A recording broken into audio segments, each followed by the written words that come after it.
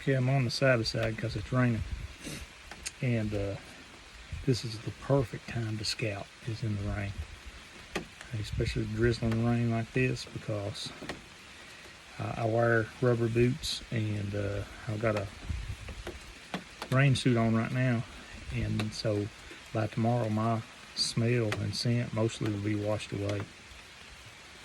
And so it's best to scout during the rain or right before one, so it'll wash your scent away. It's really good habit to have.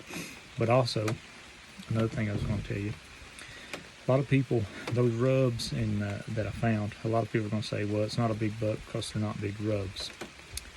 That may be true sometimes, but what I have found more often than not, that a big buck will rub a bunch of average sized trees, small trees, and you may have to follow that rub line for a mile before you find a good rub, and he may not rub a big tree. Now,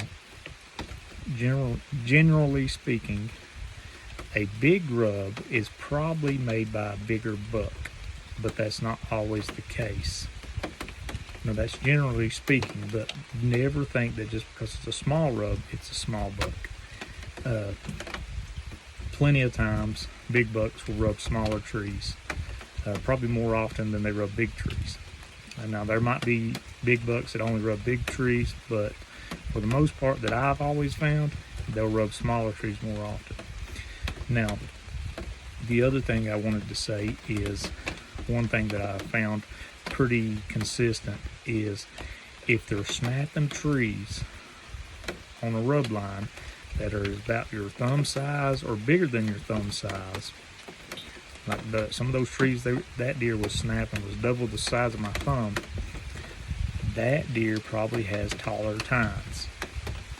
Now, I don't know if there's any, it's just what I've found consistent between setting my cameras on rub lines like that and what pictures I've got of the bucks. They generally have the longer tines. Also, that buck was rubbing like it rubbed a small tree, and to the left of the small tree, probably 10 inches or better, there was where the antler had smacked that tree 10 to 15 inches over. So that he's probably pretty decent spread as well. So those are some indications when you're looking at rubs that you're hunting a small or a larger buck. Don't always just think big tree, big buck, small tree, small buck.